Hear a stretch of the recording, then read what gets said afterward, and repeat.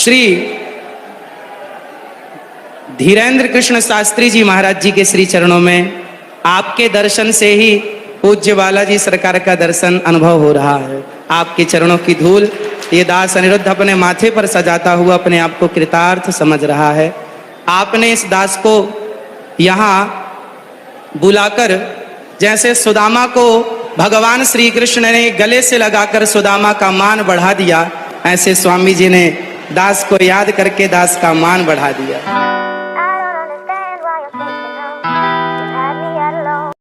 तो hey guys, welcome to my new video. तो guys, आप लोग को लग रहा होगा कि आज हमने ये वीडियो डाला, तो हाँ गाइस, आज हम इसलिए डाले गाइस कि हमारा धर्म के बारे में वीडियो है। ये है गाइस, तो आप लोग जरूर देखो यार। परम पूज्य श्री अनिरुद्धाचार्य जी महाराज बागेश्वर धाम सरकार के बारे में कितना अच्छा शब्द बोले यार। आप लोग भी देखो यार, आप लोग का भी दिल खुल जाए कि हम गर्व से कहो कि हम हिंदू हैं। तो चलिए गाइस, वीडियो को शुरू करते हैं। विनम्र आग्रह करता हूं आज के आयोजन में पधारे अंतर्राष्ट्रीय कथा व्यास पूज्य अनिरुद्धाचार्य जी महाराज को। जब वे कथा करते हैं तो भागवत की चर्चा सिर्फ भारत ही नहीं सुनता, बल्कि विश्व के अनेक कोनों में सुनी जाती है। इन दिनों भारत के सबसे लोकप्रिय और प्रिय कथा व्यासों में से एक हैं पूज्य अनिरुद्धाचार्य जी महाराज। स्वागत है।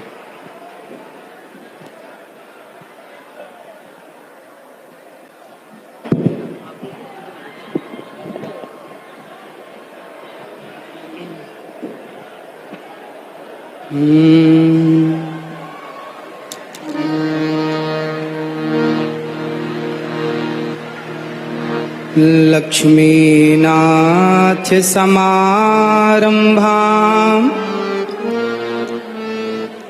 नाथयामुनमध्यमाम्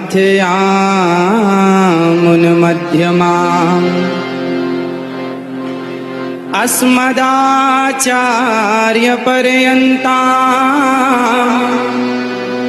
वन्दे गुरु परम्परां,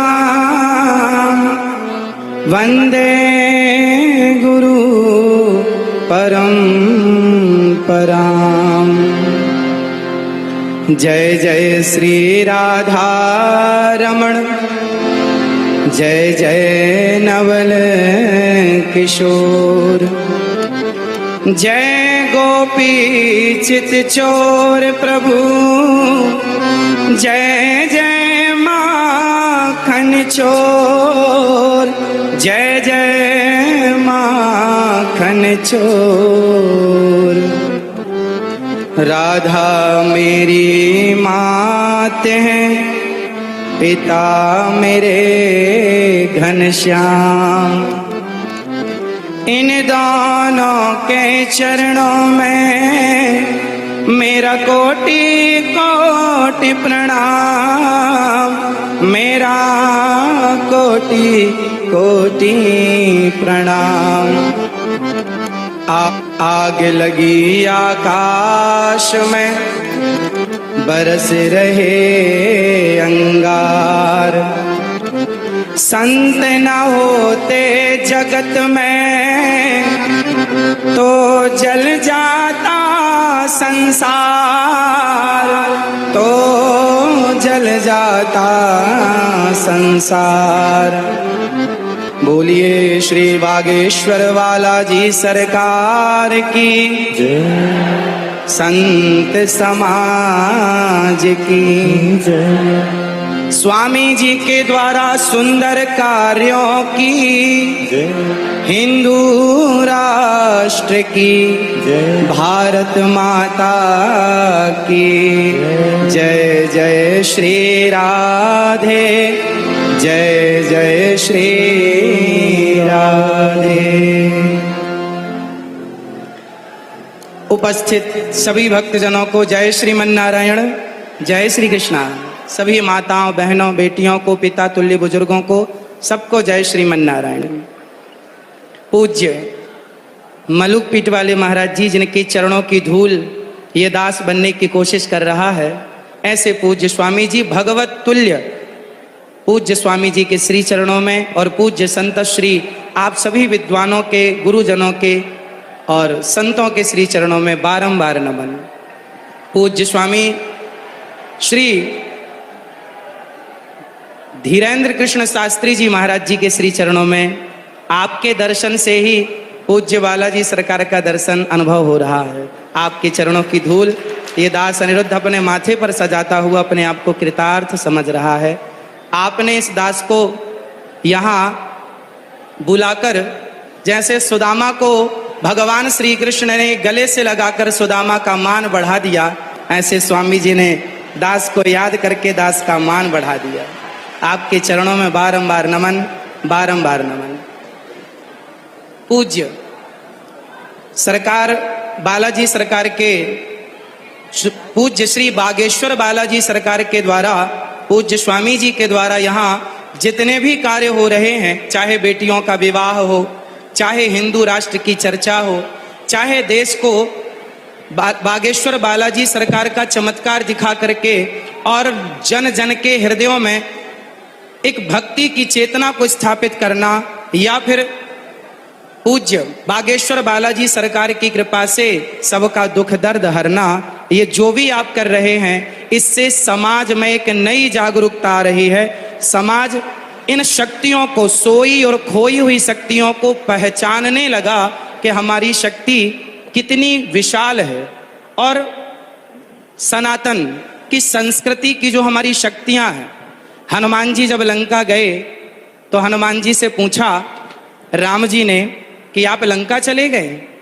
तो हनुमान जी ने कहा, प्रभु मुद्रिका मेल मुख माही।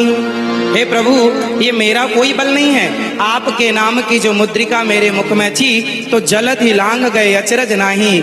यदि भगवत कृपा से हनुमान जी छलांग लगा के सेतु को, समुद्र को पार कर सकते हैं, तो उन्हीं हनुमान जी की कृपा से पूज्य स्वामी जी यदि समाज को जोड़ रहे हैं, हिंदू राष्ट्र का सपना देख रहे हैं, तो ये भगवत कृपा ही है और ये संभव है।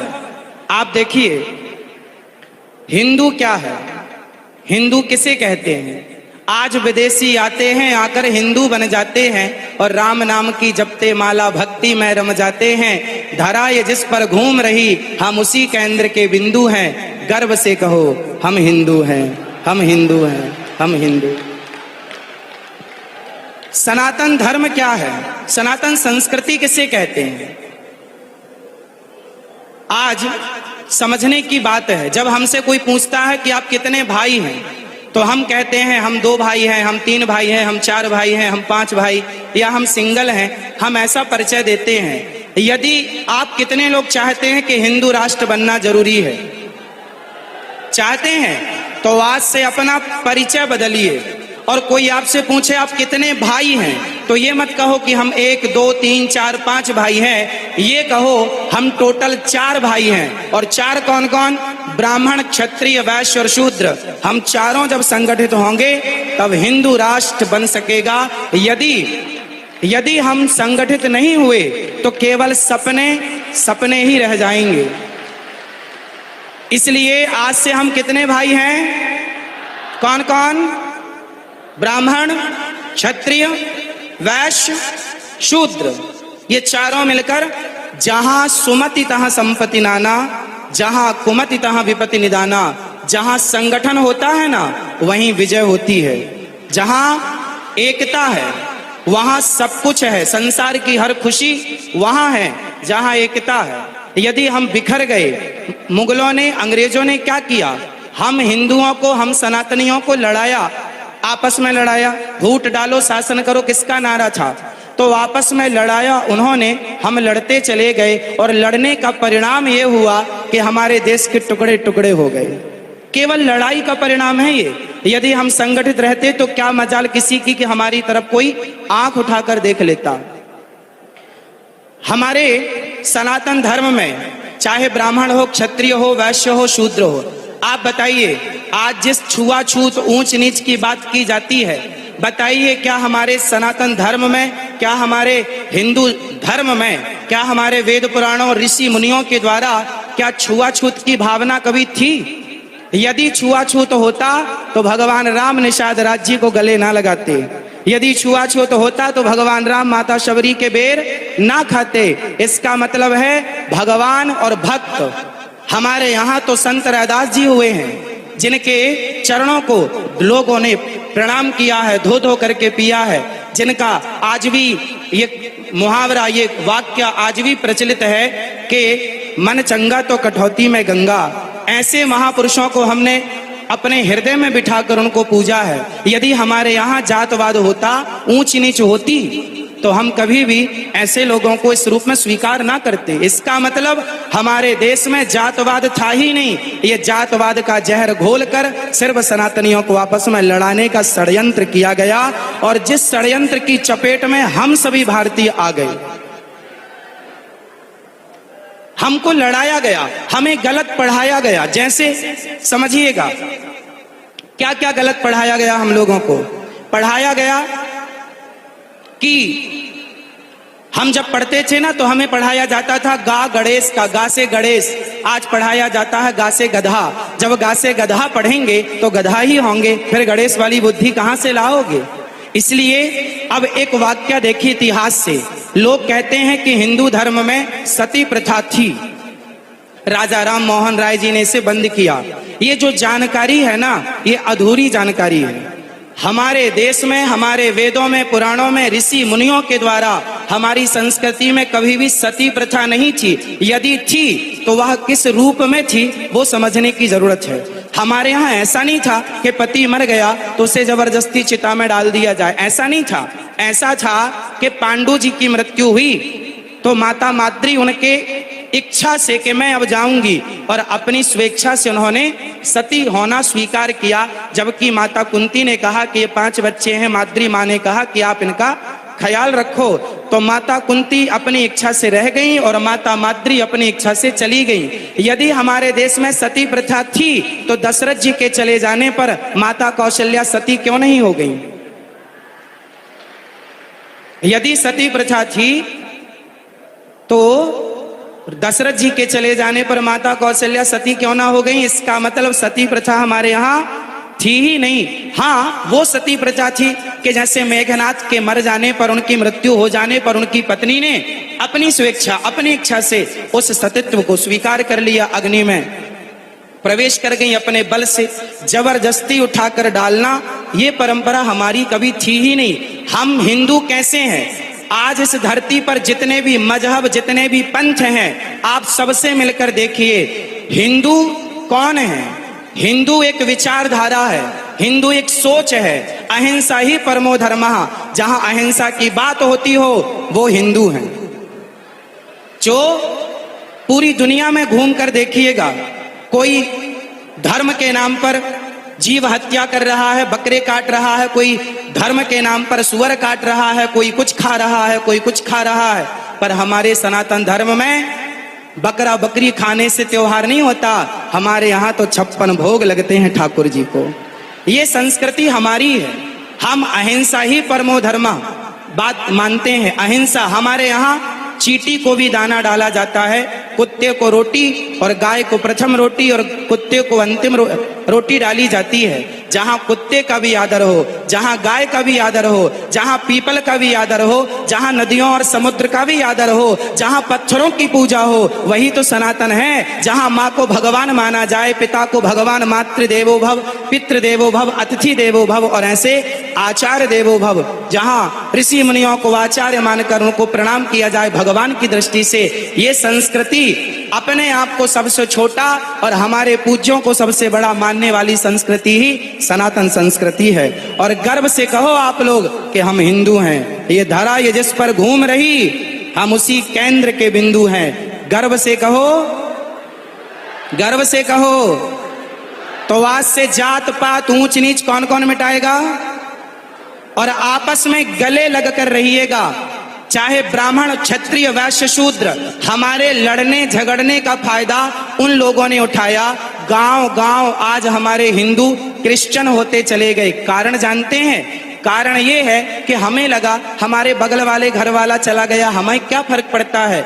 नहीं, आपको अपने हर भाइयों को सबको गले लगाना है और सबको अपने धर्म की शिक्षा देना है। और आप ही 24 घंटे में 23 घंटे अपने परिवार अपने व्यापार के लिए काम करो, पर 1 घंटा अपने सनातन धर्म के लिए काम करो, अपने सनातन संस्कृति की रक्षा के लिए 1 घंटा, वरना आधा घंटा 30 मिनट भी यदि कोई निकाले और जन जन तक जाकर के यदि सनातन धर्म का परचम लहराए, लोगों को जागरूक करे, अपने गीता अपनी रामायण अपने संतों की महान चर्चाएं सुनाए, तो क्या मजाल के कोई हमारा सनातनी हमसे फिसल कर कहीं और चला जाए। यदि बट गए तो घट गए, और बट गए तो घट गए, और घट गए तो मिट गए। यदि मिटने से बचना है तो संगठन जरूरी है, संगठित संगठन होना जरूरी है। और संगठन तब संभव है जब हम ये भूल जाएंगे कि हम ब्राह्मण हैं। संगठन तब संभव है जब हम भूल जाएंगे कि हम क्षत्रिय हैं। संगठन तब संभव है जब हम भूल जाएंगे कि हम वैश्य हैं। और संगठन तब संभव है जब हम भूल जाएंगे कि शूद्र है। सब एक सुर में कहें, हम ब्राह्मण नहीं, क्षत्रिय नहीं, वैश्य नहीं, शूद्र नहीं, हम हिंदू हैं, हम राम के हैं, हम कृष्ण के हैं। बस एक ही पहचान, एक ही बात कहनी है, हम सनातनी हैं और हम भगवान राम के चरणों की धूल हैं, श्री हनुमान जी के चरणों के दास हैं।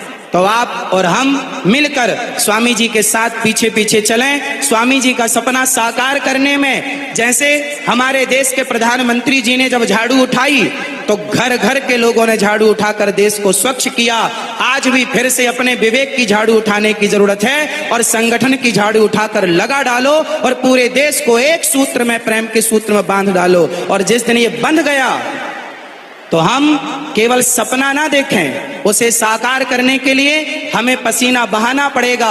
चाणक्य ने चंद्रगुप्त मौर्य का हाथ देखा। चंद्रगुप्त मौर्य ने कहा, बताओ मेरे हस्तरेखा क्या कह रही है। पूज्य चाणक्य ने कहा कि तेरे हस्तरेखा पर, तेरे हाथ पर लकीर कह रही है कि तू सम्राट बनेगा। बहुत प्रसन्न होकर उछलने लगा। चंद्रगुप्त मौर्य जब उछलने लगे तो चाणक्य ने कहा, बेटा इसके आगे भी एक रेखा है, वो कुछ और कह रही है। यदि उसे नहीं सुना तो तेरा यह सपना, तेरा यह उछलना यहीं रह जाएगा। गुरुजी क्या रेखा है आगे की? तब चाणक्य ने कहा कि बेटा यदि तुझे सम्राट बनना है तो सिर का पसीना पांव तक पहुंचे, इतनी मेहनत करनी पड़ेगी, इतना प्रयास करना पड़ेगा।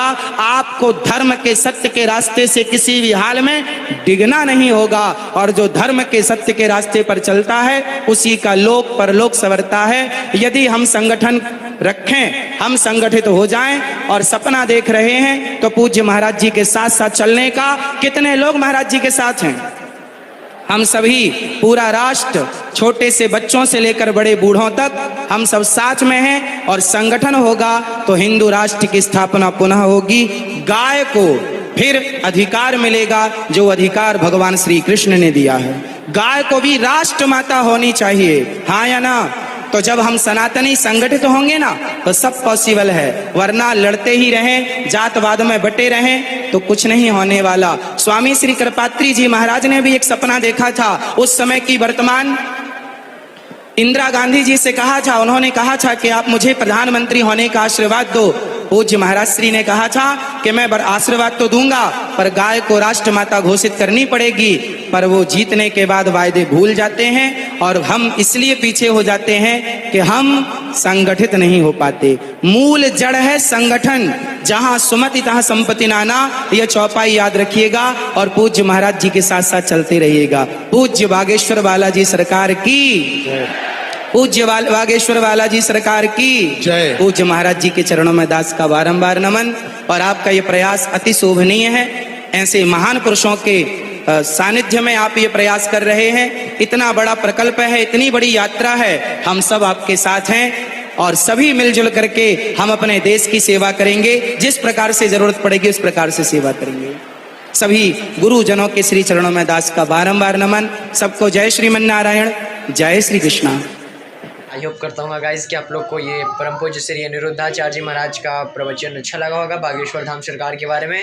तो गाइज वीडियो को लाइक कर दो और चैनल को सब्सक्राइब कर दो गाइज। ऐसे ही धर्म के बारे में अगर वीडियो कुछ भी रहेगा गाइज तो मैं आप लोग को वीडियो लाऊंगा, तो आप लोग देखना है। देखने के लिए मेरे चैनल को सब्सक्राइब कर लेना और वीडियो को लाइक कर देना। तो मिलते हैं नेक्स्ट वीडियो में, तब तक के लिए बाय।